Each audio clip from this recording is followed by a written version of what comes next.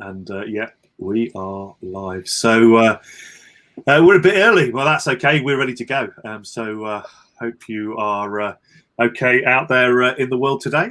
We're having a Fresh Expressions live conversation today with Elaine Heath and Ian Mobsby, and focusing particularly on the role of evangelism and the contemplative tradition and how that works its way out. We had a really cracking evening with Elaine a couple of weeks ago, which I really enjoyed and was really, really helpful, that Ian hosted. And it seemed too good an opportunity having to build on that and to look to see how we could explore that. So it'd be good to know if there's anybody out there or we're just talking to ourselves. This will be recorded, so you'll be able to see it. But if you want to type and say hello where you are, that would be fantastic from our perspective, which part of the world you are in. That will be great, and we'll be able to see those comments coming up. Trouble is here. Michael Bex is. Hi, Michael. Yes, is around. That is brilliant. So yeah, that's really great. Good to see you, Michael, and folks from Northern Ireland, brilliant. Guildford, good to see you, Catherine. Good to have you with us.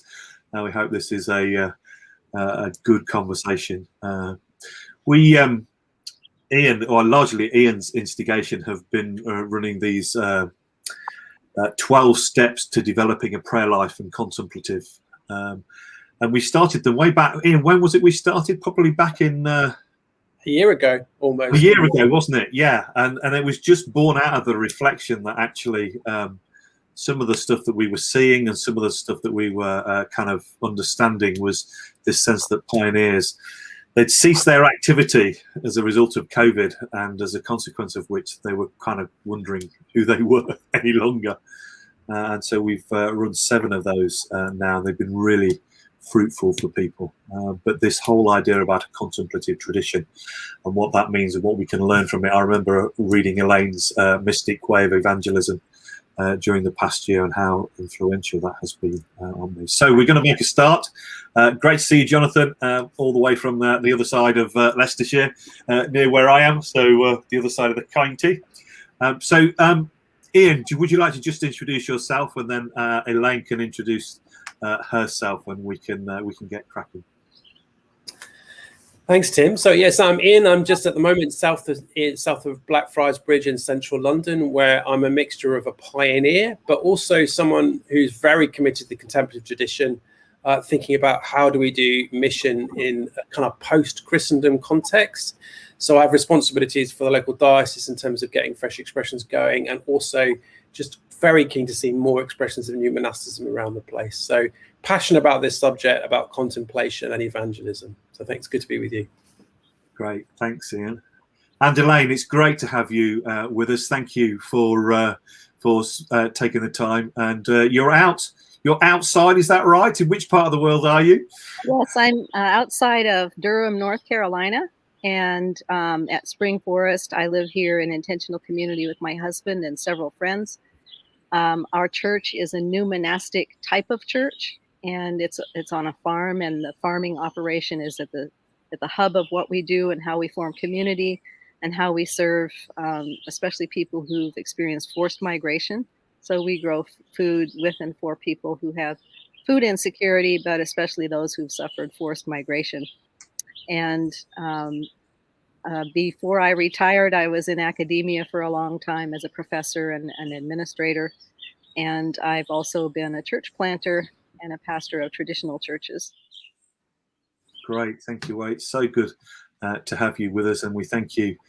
It's great to share the wisdom, and it's good that we're able to do this so easily across these modern technology thingamty-bobbies. There you go, it's probably showing my age at that point. Okay, we're going to launch straight in, because if you like, we want to just have the conversation. Elaine's going to share some of the stuff that she's been thinking about, particularly recently, So there's going to be some new stuff for us to kind of get engaged with. So we're going to sit back and listen. Ian will then kind of ask some questions and make a comment, and then we'll just throw it open and see where the conversation goes in terms of how we move from here. So yeah, great, Elaine. Thank you, and look forward to hearing what it is that you've got to say. Thank you, Tim and Ian. It's great to be with you. It's a real privilege, and I'm always glad to connect with fellow innovators. So, so what I've been thinking about is, what is evangelism in this emerging form of church? These many expressions of church that are emerging from the rubble of Christendom, and what do we need to be focusing on? And I'm deeply convinced that we need to focus on healing the 5 clusters of wounds inflicted on the world by Christendom. That this has to be our evangelistic effort. And I'm thinking of a phrase I heard from Jonathan Wilson Hartgrove and from William Barber in some of the work they're doing, and they talked about evangelism through fascination rather than force. Christendom was a period of time where evangelism was linked with force, with coercion, with manipulation, and gimmicks, and all kinds of things. Land theft, genocide, cultural genocide. There are lots of things that we could say. Not all evangelism, but the dominant sort of thinking about evangelism had to do with sort of empire thinking. But we're in a different era now, and God is calling us very clearly to heal the wounds that were inflicted by Christendom on the world. And if we don't work on healing these wounds, we will not have the right or the capacity to speak to our neighbors about God and what God's up to in the world. We will have we've lost the credibility. So what are these clusters of wounds? The first one, and I say cluster because there are whole sets of things. You'll see what I mean in a minute. So the first one is creating communities that model worshiping and following a God who is just like Jesus, the Good Shepherd.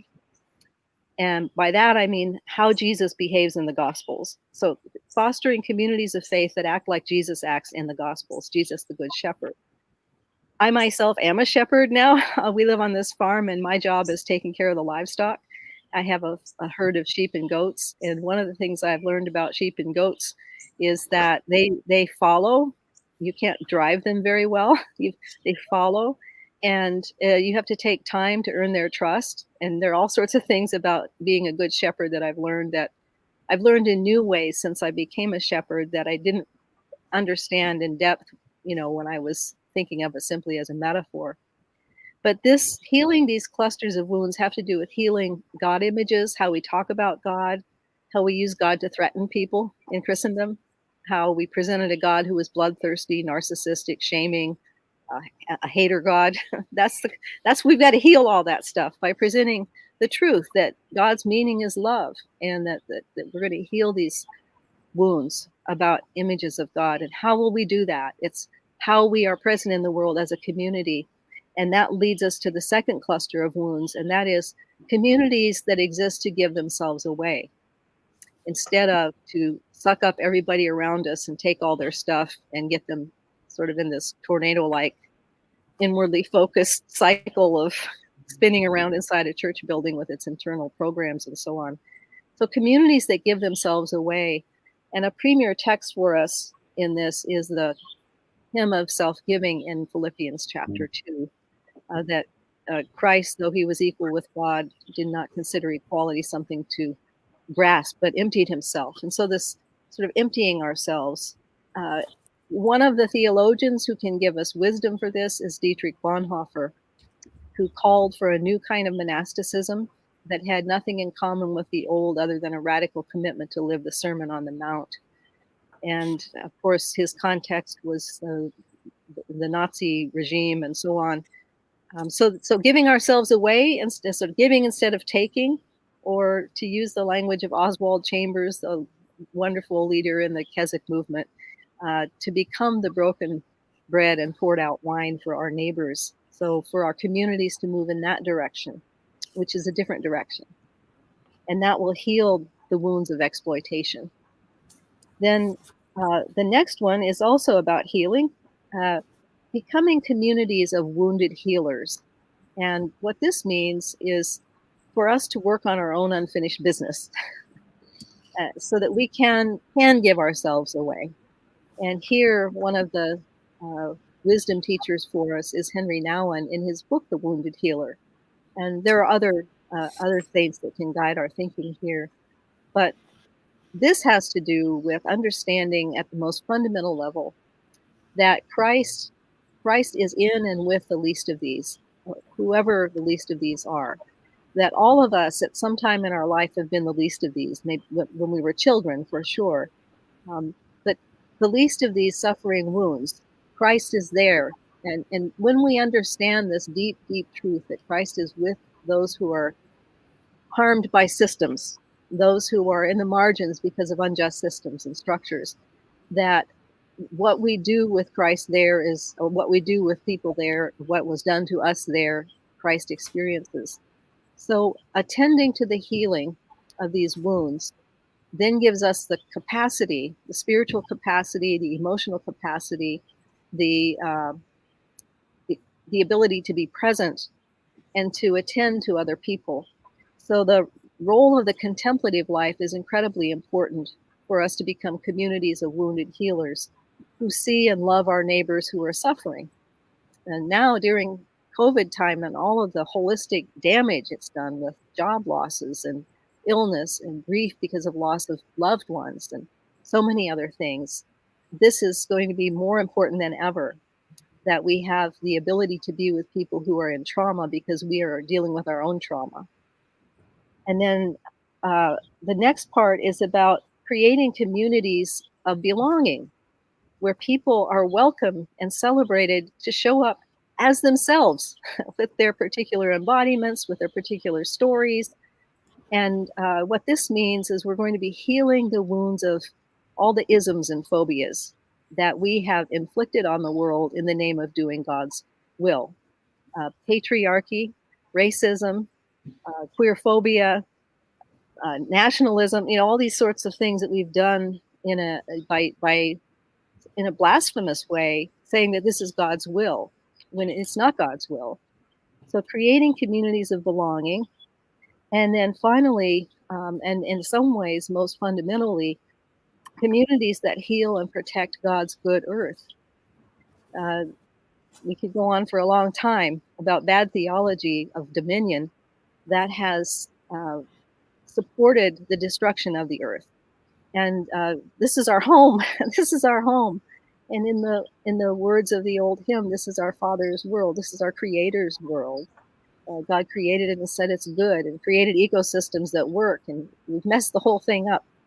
So the type of evangelism that will actually be compelling and have credibility and have integrity in the days ahead is one that is also eco-evangelism. That's good news to the earth. Well, I've said a lot. I think I'll pause there. And great, thank you very much, Elaine, for that. Lots for us to engage with and think with. If you've got any questions which you'd like to ask Elaine in terms of some of the things that she's mentioned to us, please do type them in the chat, and hopefully we'll see them coming up and we'll be able to get around to answering some of them. But Ian, I would just wonder for you whether there was anything that in particular struck you out of what it is that we've heard from Elaine.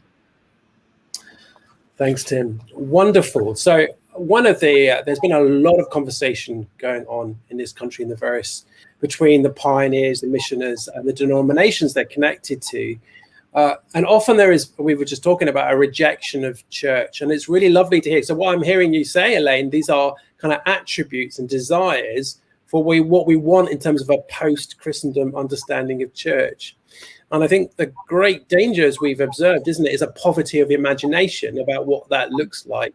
And we tend to just create more Christendom if we're not careful, because we struggle in understanding what church is. There's just some practical questions I had for you, Elaine, immediately come to mind, because I love those 5 moves, because they are absolutely right, I think, in my opinion. But a few things. Firstly, I think there's just something about the ego and getting beyond the ego. So much around Christendom is around power, influence, hero worship. we model all of that even in some of the more contemporary expressions of church.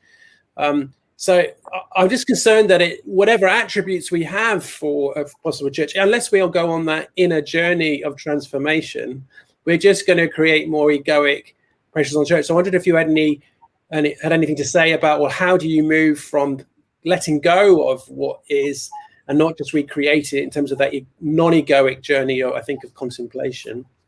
And I think the second question I had is that there's a very famous phrase here that kind of hurting people hurt people. And if we look at some of the big experiments with some of us as pioneers, and I certainly know some of the mistakes I've made because I've been hurting and hurt people. How do we avoid that second thing, about becoming communities of wounded healers? How do we do that without just creating wounded communities? So there's a really big problem that we just go on perpetuating that wounding rather than resolving anything. So I just wonder if those two things around this, how do we get beyond egoic church, and how do we think about not re-wounding? Those are really good questions, Ian. And they both come back to the same answer, and that is to do our inner work. One of the gifts of COVID time, not COVID, but just the time where we've had to pull back from frantic activity and building centered stuff that we do, it's given us space and time where we have to face ourselves. And for some people, that's been very difficult. People who are more extroverted, people who are used to sort of being driven all the time with activity. We have to work on our own journey, come to a place of living from that space of being deeply beloved to God, and attending to our own unhealed wounds, especially those original wounds that shape the sort of false self that emerges and all of that. That will help us move away from that egoic or egocentric leadership practice. What will be challenging is that in the church and in the broader world, so many people want an egotistical leader. I mean, sadly, I remember reading an article from the Harvard Business Review last year saying it was about why organizations tend to choose narcissists for leaders. There's something about it that's comforting, and you don't have to think as much, and that kind of thing. So it's not just a call for those of us who are leaders to do our own work, but the whole community of faith has to do its own work. And one of the things that's interesting to me and beautiful and also fraught with difficulty is this part of what's emerging in these different expressions of church is a profound allergy to any kind of hierarchy. And that allergy is because of the abuse of power that we've all experienced and in some cases perpetuated. But what can happen is that nothing gets done if there's no leading happening. Communities of sort of anarchy communities. Well, I've visited anarchist communities, so I know they have their ways of getting things done too, with nonviolent communication and things like that. But one of the spiritual gifts is leadership, right? In the Bible. So how do we lead? How do we exercise leadership gifts without turning into that person that's egocentrical and all that? Well, it's really through developing the gifts that the Spirit gives to everybody in the community, and for the ministries of the community to flow from the spiritual gifts of the people and the practical strengths of the people. So the wise leader fosters the facilitation of those gifts, and then the training of those gifts so that the whole community takes part. Now, this goes back to the second question you raised about not becoming wounded wounders. That's what Henry Nouwen writes in his book, The Wounded Healer. If we don't attend to our healing, we will become wounded wounders. And most of the time, we won't even be aware of how we're wounding people. We'll just be doing what we do. So here's the thing. We're all wounded. There's nobody that's exempt. Nobody gets a pass. We're all born into a world that already has a lying snake. It's going to get us. So it's going to get us. So we all need to work on our inner stuff. The Church of the Savior in its early years in Washington, D.C., which was kind of a fresh expression in its own time, they required people to go through therapy if they're going to be leaders in the church. That was one of the things they required, because they saw how important this would be for the well-being of the church. So, yeah, we need to work on our own issues. Great, thank you. I was particularly struck by the comment that you made right at the very beginning about evangelism through fascination. And I've become particularly interested in words like curiosity and noticing, which, if you like, are very far, as postures. I think I find them far more helpful and interesting. So I just wonder, could you comment any further on that whole thing is evangelism through fascination? Mm-hmm, mm-hmm. And Sure. what it is that you mean by that? Well, and again, I've heard that phrase from Jonathan Wilson Hartgrove, who's one of our new monastic leaders in the U.S. here, and has a global voice as well. This is how the early church evangelized. Even in the Book of Acts, and then in the apostolic era, where people noticed, wow, those Christians, they take care of orphans. What's up with that? They take care of these sick people that have been the babies that have been thrown out to die from infanticide. They take them in and raise them. What's up with that? So there was this fascination with this countercultural lifestyle in the early church. And of course, in the Book of Acts, people were fascinated because they became the community of faith was very generous. It was unnaturally generous. There was no need among them. They were so generous. And that was fascinating to people. And so they wanted to come in. They wanted to hear what was going on. In our day, what will fascinate people is if we're healing these clusters of wounds. And if this is how our faith community is oriented, rather than sales jobs, trying to scare the hell out of people, trying to, the things that we've thought of as evangelism that are not good news, that are bad news for a whole lot of people. So this is why when we form new monastic communities or missional communities or neighborhood, whatever you want to call fresh expressions, they need to be formed for the sake of our neighbors. And by that, how we are a community and how we face the world, facing outward, must be something so beautiful and fragrant and life-giving that people are fascinated and just want to know more. Yeah. That's great. That's really helpful. Thank you. Meaningful Yoga has asked a question about, well, I suppose it's linked with, we've been having some conversations with some people who are involved in yoga and what that means. So I wonder, do you see the contemplative tradition as a resource that can be directly offered to not yet Christians to engage in as a form of evangelism, e.g. using mindfulness to experience God? I wonder what you think about that. Yeah, definitely. One of my dear friends, Beth Estock, is a yoga instructor, and she does this very thing. She has yoga groups and teaches yoga and practices yoga as a Christian. And I find this too myself personally, that when people come to Spring Forest, we attract people that are spiritual but not religious typically. And they're really interested in the contemplative practices of gardening and so on. And we also have a contemplative group called Breathe that is, anybody can come that wants to. We do it online right now. But I find that these mindfulness practices, breath, prayer, all of these go back into our long Christian tradition, back to antiquity, but so much of the church forgot about them.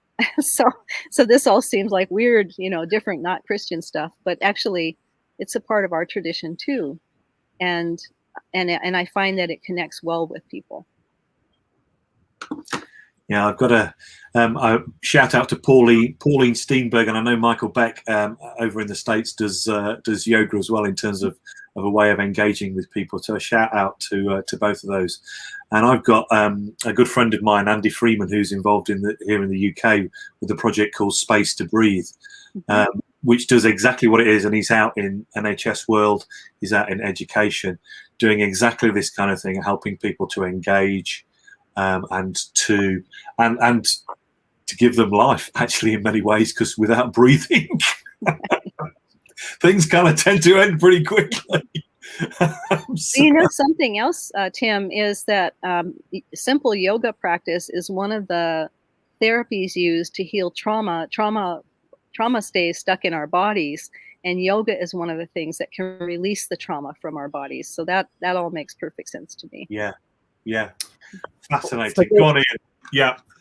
For me, I really want to come back to that fascination piece there, because I think that's really key. Because I think the danger is, with all these strategies we've got around, almost like the pioneer as secondhand car salesman, we're still trying to take people onto courses. We always have videos of beautiful people, we don't counteract the kind of nasty side of our market society. We collude with it because we're so desperate to get people into churches. So what I love about the type of fascination you're talking about there, Elaine, is it's space.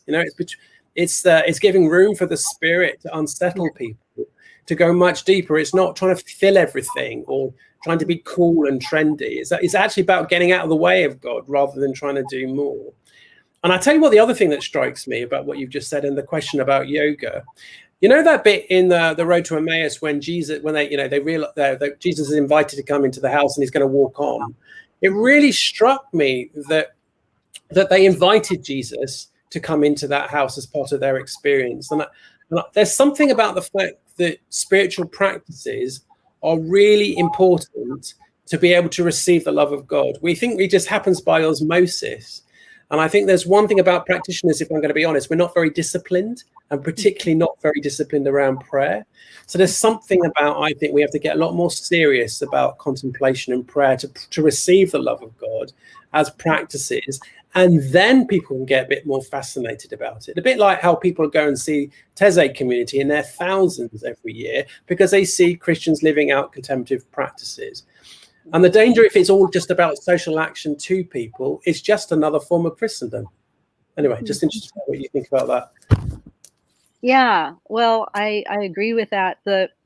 What people are starved for is an experience of God, an experience of the divine, an experience of being profoundly loved, that's transcendent, that lifts them out of themselves, lifts us out of ourselves. And what we have done over the last several hundred years is we've privileged intellectual work as if that's how God comes to us best, is through words and documents and high intellectual activity, particularly philosophy. Philosophy has dominated the imagination of theological education, so that theology proper is shaped by philosophy. I mean, it's in the Western church and so on. But what people need is to experience divine presence and divine love, divine support, divine trust and faith in us, that God loves us.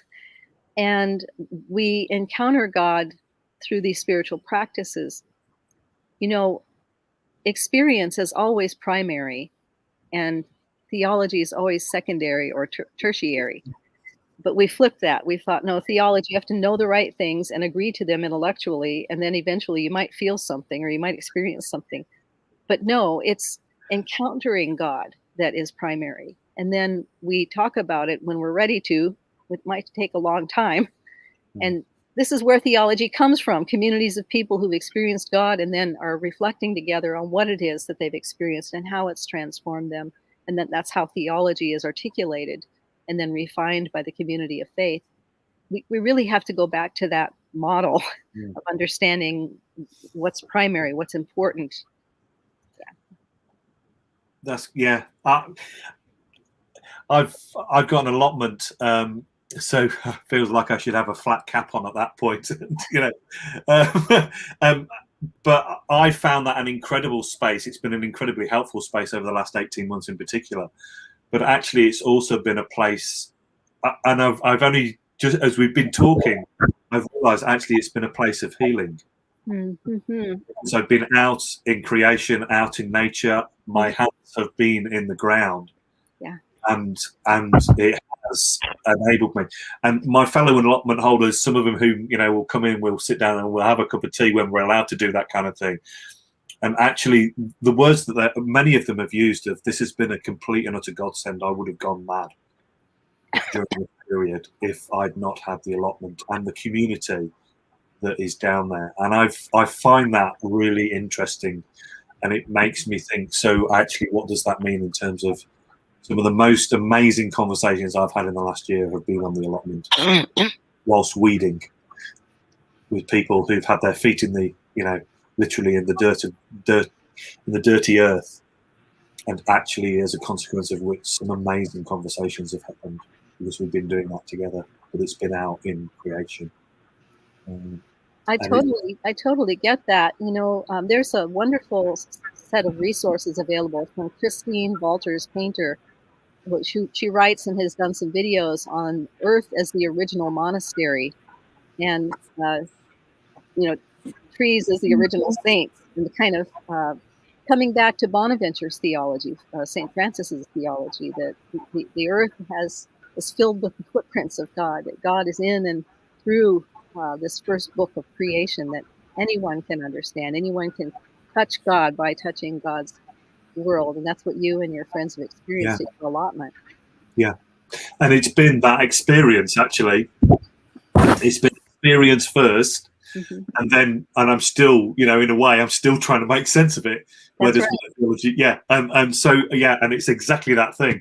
And actually, I've struggled with that because, if you like, what I've had is this mental map in my head, but slowly but surely, I think that is beginning to change around the other way, which I find quite interesting.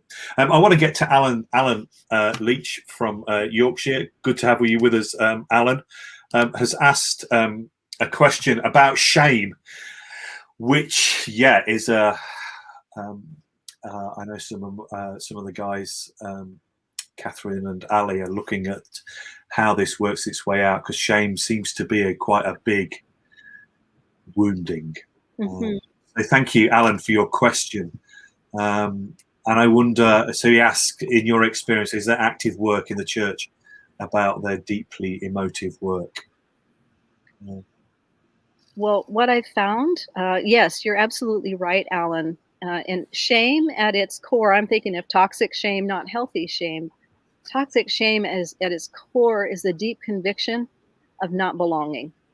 That I don't belong here, I don't belong anywhere, I'll never belong, I'll always be on the outside looking in. And individuals carry shame from experiences of violence and abuse, neglect, abandonment, bullying, and other things.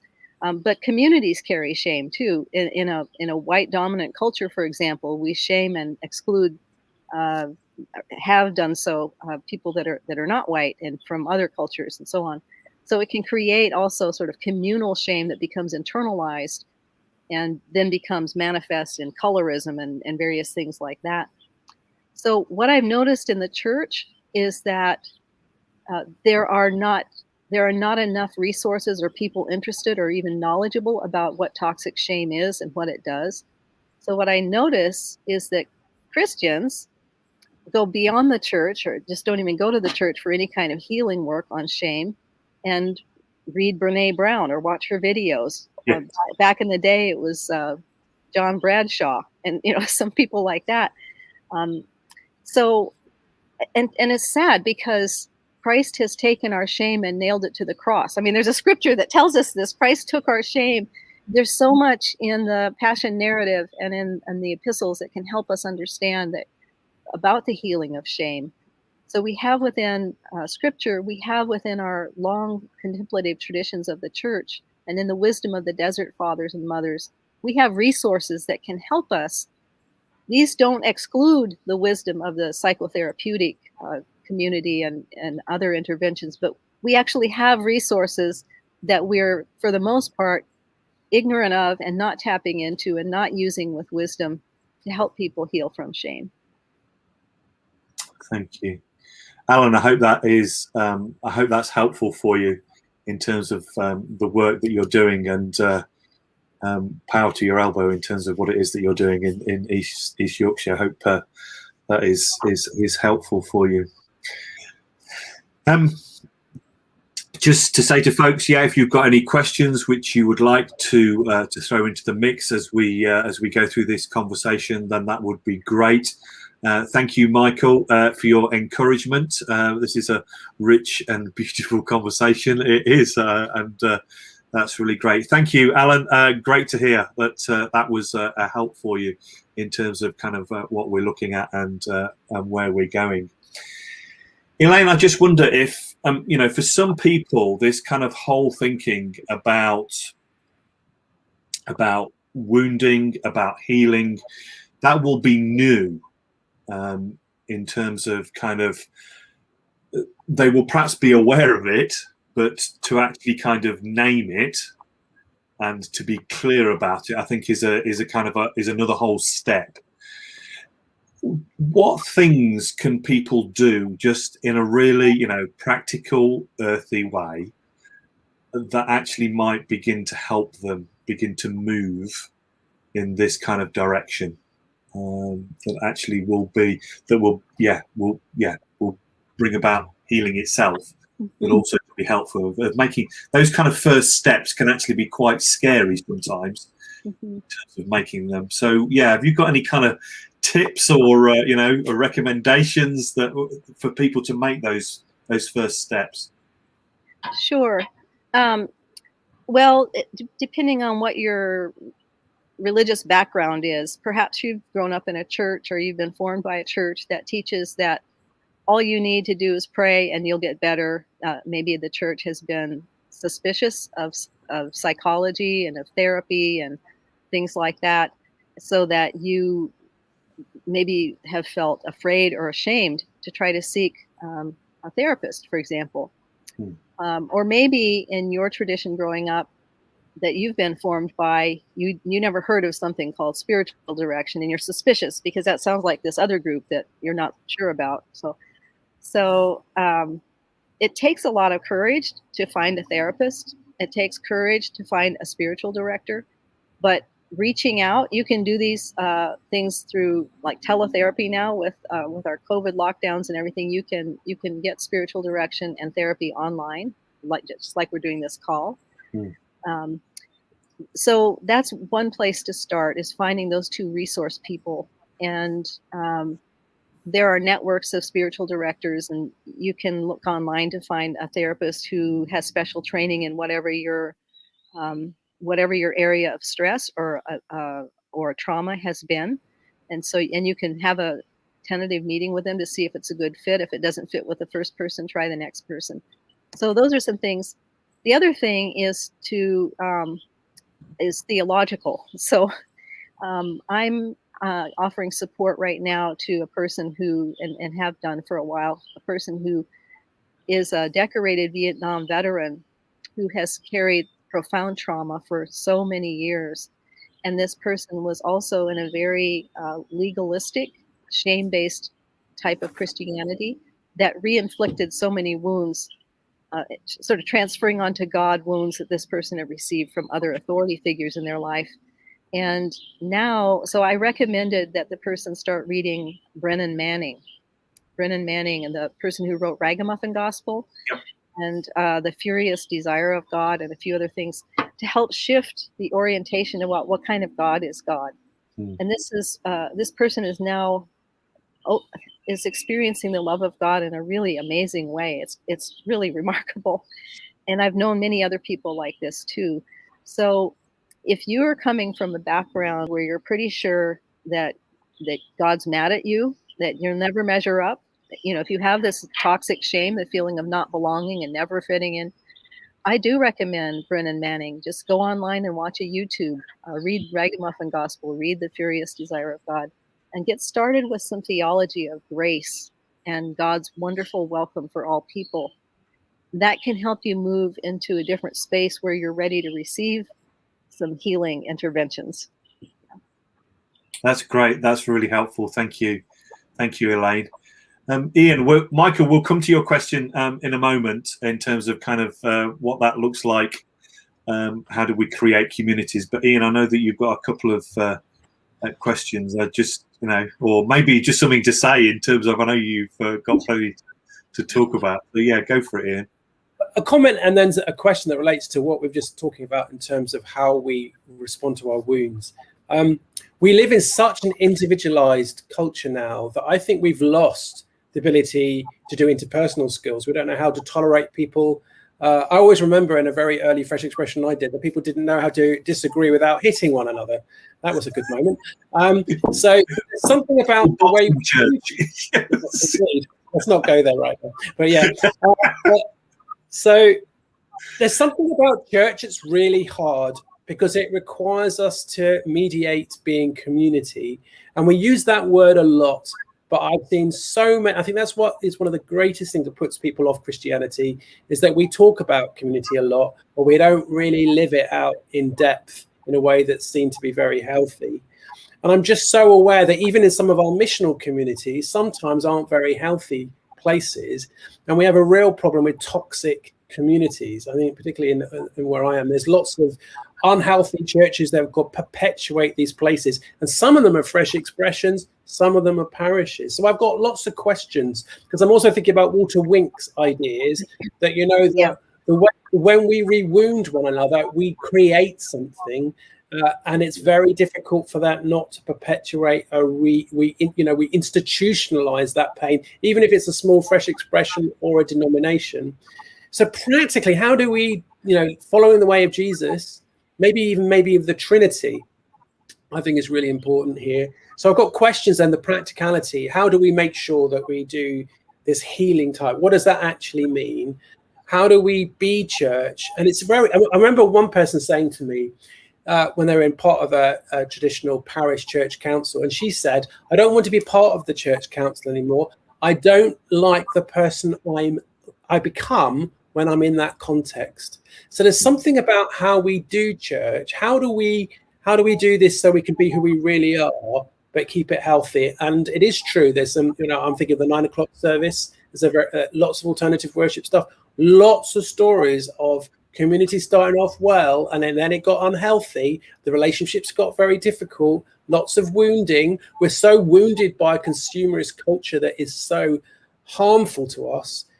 How do we do church practically to make this a reality? It's always going to be messy because it's people, right? And when we show up to a group that we're a part of, any group, we bring with us this whole sort of trailing behind us, our family of origin, everything we've ever experienced, that horrible coach we had, the exploitive scout leader. Not like that's all. We're bringing all of that into the group, sort of this invisible cloud of witnesses, some of whom are not very good people, right?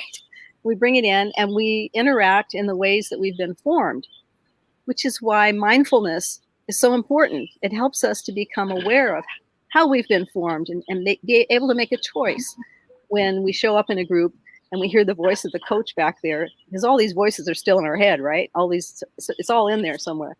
And when that one pops up, a mindfulness practice helps us to realize, oh, that's the coach's voice. I remember because I identified that earlier, and I don't have to do what the coach says right now in this meeting. And so this sort of mindfulness practice can help us with all of this. It's so important for the people who are leaders of the new faith community or the faith community to be doing their work and to know how to do nonviolent communication. That should be required training in theological education, and it's not. How to do nonviolent communication. That's considered hippie, weirdo, marginal stuff that people over there do. That's not what the church is about. We're about arguing. We're about apologetics. So we all need some training in nonviolent communication. And then to form leadership structures when we're creating new faith communities, leadership structures where the leaders practice these skills together and where we share leadership with a team of people so that we're much less likely to have this sort of phenomenon that's so familiar with this one controlling person who rises to the top and sort of looms over everybody one way or another. And then you find this dysfunction happening. But you can just count on it. Everybody who's coming into your group, everybody. I mean, that's true here at our sort of hippie farm church, doing what we do here. I mean, we all bring our histories with us. We all bring all the voices with us. So working on our own issues, and then as the church develops, these new expressions of church, working on these things together and making it part of our catechesis. We all learn nonviolent communication around here because we know we need it. That's part of what we do here at this church. Great, thank you. I'm going to put up, I love this, Ultra Disco Stew. What a great name that is. So, Michael, I'm sorry he's pushed it in front of you, but I really like. So, discussing in their scene about local theology and the needing to understand what that local theology looks like within a community that you're looking to engage with. Thoughts? My thoughts would be, Stu, go for it. Work out that local theology, mate. Get on with it, because I think it's really important. Elaine, would you have anything to kind of add into that conversation? Sure. I just wondered what Stu means by local theology. Is that contextualized theology that's connected to the long tradition, or is it just its own thing? Stu, if you're able to answer that question and post it in the chat, that would be great. My guess is it would be that it's a contextualized local theology that's working its way out somewhere or other. And how does that begin to continue to emerge? Because if you like, we've ended up with almost Christendom theology, haven't we? That's where it's a tradition which says this is what it is that we all need to believe, and yet actually locally there will be different ways of understanding that, and even the very words which we use will be different. So with that understanding, local or contextualized theology is terribly important. Historically, I'm going to speak for the Western Church since I'm a part of it, right? We have marginalized and silenced the wisdom of local theology. So we've thought of theology proper is that which comes from white European voices in the philosophical tradition, and that's counted as like real theology. And everything else has a special name, a hyphenated name. Oh, that's Afro-Caribbean theology. Yes. Well, that's womanist theology. It's not real theology. So local theology takes very seriously the theology of the people. And we encounter God in profound ways through the wisdom and the experiences and the reflections of the people. We also need to have a broader understanding of the historically, where did theology come from, and how has it developed over the eras of time, so that we don't keep repeating mistakes that were made in the past, such as justifying slavery with a particular local theology. So we need to contextualize it in the broader story, but also celebrate the wisdom of the local expression. Great. Stu's not replied yet, so we'll carry on. But Stu, I hope that's been helpful for you. We'll get around to Michael Beck in Florida, in the States. The allergy to hierarchy, I think that's very true in our society today, and the shift to new power, distributed, shared network. How do we create communities that heal the cluster of the 5 wounds in the hierarchical systems that continue to wound and operate in old power dynamics? Right, well, how long have we got? Hey, Michael. Good question, Michael. Nice. Well, the wisdom from antiquity that can help us with this question really comes from one of the primary ways the gospel spread among the Celts, and that is through adjacent communities. So new monastic communities were formed, and they were men, women, and children, young and old. They weren't just single gender, what we're thinking of as monastic communities. And they would seek permission. They would form themselves adjacent to a town and begin to form relationships and influence. And there again, it was fascination rather than force. And this is how the gospel came into these villages and so on. It was not coercive.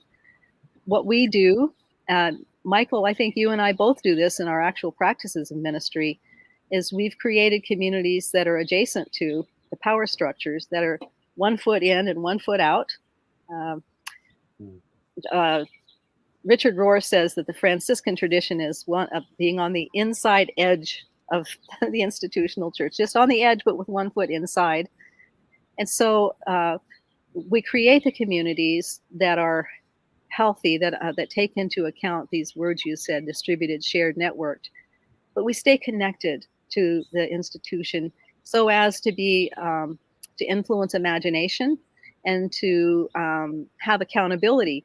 What do I mean by that? Well, if we're saying that we're doing this wonderful new thing the right way and this is the way we should do it, but then we have other people asking some tough questions all the time and coming and visiting and looking to see if we're actually living the words that we're saying, that's accountability to the people that are in the inherited system.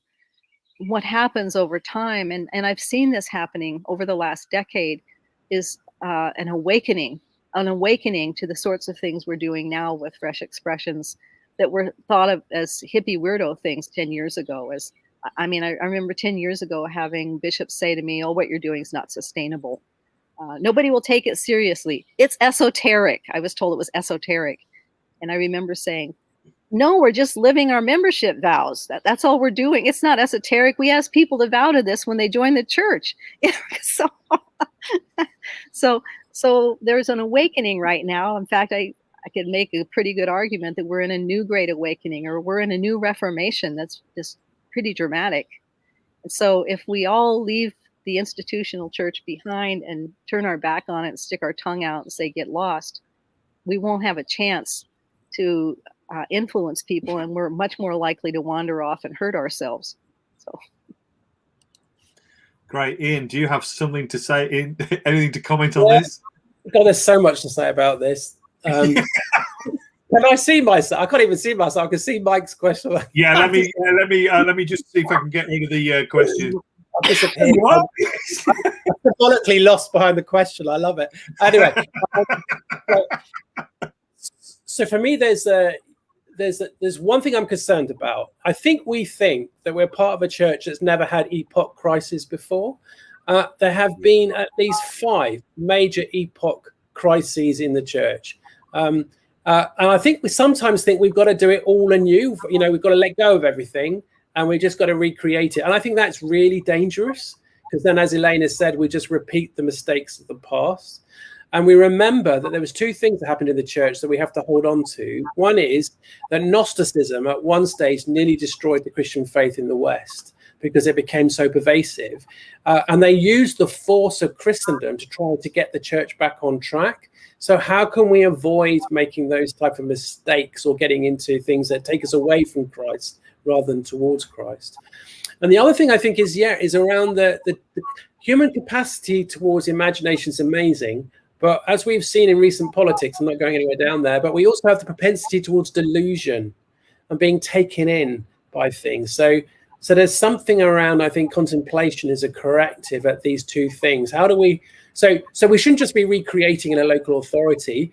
My community has been reading the Desert Mothers and Fathers. Go and read the Desert Mothers and Fathers. I mean, they're going through same sort of stuff as we're going through now. So that this, in a way, we got whole 2,000 years worth of resources to draw on. So we got to be careful we don't dumb down on the gospel in our desire to get into post-Christendom, because then I really do believe, it's very easy to start a mission initiative and it's very easy for that to become a cult, let's be honest. So we have to hold that checks and balances about how to do that. And I've needed my archdeacon, who I've adored, who have a wonderful relationship with, who really is very supportive of what I'm doing. And I've needed that accountability relationship where that person stands within the structure and holding on to my coattails. And I think lots of us pioneers need that. And without it, there's a danger that we can be like bull in china shops. That's just a comment. So I'm worried about delusion and how we just don't make the heretical mistakes of the past. And how do we do that? Holding on to these 5 moves of Elaine is really important. I've been reading some stuff around Julian of Norwich recently, and the stuff that they experienced at that time in terms of a pandemic and what it is that we might learn from that, I think is really interesting. And there's quite a lot of stuff out there at the moment in terms of what that means and the particular approach that we can take. And it was very interesting that actually going back to nature and recognizing the importance of nature and of the creation was really important, when actually all around most of the theology was crossing off nature and the created order, because actually that was what they were experiencing in terms of the pandemic. So I think that's I think that's quite interesting. Just a couple of things as we're kind of coming into land, and we'll get. Thank you, Matthias, for your comment about Romans are different to Greeks, which I think is too true in terms of local theologies. Local theology, Stu. Ultra Disco Stu is 8 minutes behind because he's had to pause. I don't know quite where he's been, but so he talks about is not the same as different religious denominations. Completely agree.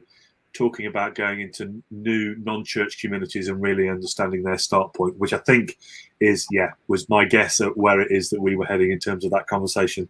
So Stu, I hope the catch up and the answer to the question was really helpful for you. Just a couple of things to highlight. Because of this whole kind of movement towards the kind of contemplative, we have started a Fresh Expressions Facebook page, which I'm just going to post into the comments now. We've only just literally set it up. It's got very little content in it and only 5 people who are a part of it. But if you wanted to become a part of kind of beginning to explore some of this stuff, or you think you want to contribute to some of this, then we'd really, if you click on the link and you can go and join the group, and it will just be a place where we can begin to talk about this. And what we would like is for you to begin to shape the conversation as well about what it is that goes on there and what it is that happens. So at the moment, it's pretty ill-defined, but we've done that on purpose. Because we think that actually the community itself should shape what that begins to look like. And then also just a small kind of FX advert. And we've been reflecting and thinking about what we have a gathering, which is usually face-to-face. We've not been able to do that for the last couple of occasions. But the next one will be also online, 29th and 30th of September. And actually, we've chosen the evangelism as the topic for the whole of that 24 hours because we think that's a really interesting conversation to be having. So the Fresh Expressions gathering information will come out later, 29th, 30th of September, and we'll be exploring the E word in all of its glory. And again, just, fascinating in terms of some of the stuff that Elaine has talked about what that means and how that works its way out, and what that doesn't look like. Oh, okay. I will. Thank you for those of you. I might have just got the wrong link. I'll try and post that up again for those of you who have done that. And I just want to go back to, was it Joy? And I think this is a really interesting, and I'm aware, Joy, you're in Northern Ireland, Protestant Catholic tradition, so quite a lot of in terms of kind of reaching out into a community, but with arts events by getting people to share their journey of their history in a shared community. And I just wonder, if there are any comments about that as a kind of a methodology and a way in which actually you can bring about healing. Yes. So art is inherently spiritual. I mean, God creates the world. God is the original artist, right? And so all artistic expression has enormous capacity for forming communities of reflection, communities of appreciation, communities of practice. And art is also really powerful for healing trauma. It's a powerful way to address our wounds. Art is inherently prophetic. So we could go in a lot of different directions with this, but it seems like a no-brainer to me that we form communities around art. So Joy, go for it, carry on, and bless you in what it is that you're doing, and we hope that is helpful for you. I'm just trying to, Ian, can you find the Facebook page and just post that at all? Yep, I'll try and find it 1 minute. That would be brilliant if you can post that in the comments. That would be brilliant. And if we do find it, then you might need to go back to the Facebook page when this is finished recording, because I'm just aware we're coming into land now. I think we just need to say thank you to Elaine for her wisdom and some of the stuff that we've talked about. I think I know I found incredibly helpful today in terms of kind of where future church might be heading. We can engage with people after this is kind of finished, because so I'm aware Janine has asked a question. Maybe we will begin to answer that if you've asked it in Facebook, and actually we can go along and look at some of those, explore some of those questions a little later and have that conversation. But I'm going to bring our time to a close and say thank you to Elaine and to Ian for your part in being provocative. I know you've got to disappear off to say thank you for that, and thank you to Elaine. Thanks for the community out there for listening and to engaging. We hope that it's been a helpful conversation for you. It will be recorded and will be posted on our Facebook page and into YouTube as well. So if you've got any friends who think this might be good to help them and encourage them, and I'm just thinking of who was it? Jane. Bless you, and more hope for your rural context and your rural conversations. So thanks very much, guys, and take care and keep safe. God bless. Thank you. See you.